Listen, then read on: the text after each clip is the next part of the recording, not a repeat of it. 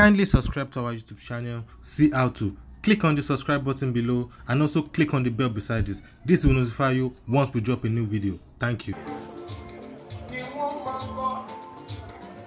Hallelujah.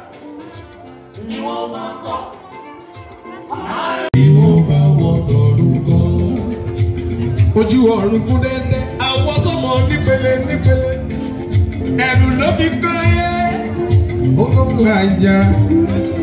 Ẹ̀dá òyìn bọ́ àwọn, ìwọ ló dá wa lọ́ra ọ̀tọ̀ọ̀tọ̀. Mo kọrin hallelujah sí wọn táwọn tọ̀run ń bọ̀. Hallelujah ni wọ́n máa kọ́. Àwọn eléyìí èèyàn ti túndùn gbé mi. Sáko sáko sáko lẹ́gbọ̀n lẹ́gbọ̀n lẹ́gbọ̀n. Yóò gbà. Ọmọ tó máa gbé lálẹ́ yìí. Lálẹ́ yìí mo gbé wá àṣẹ gbẹ́jọ́ wá.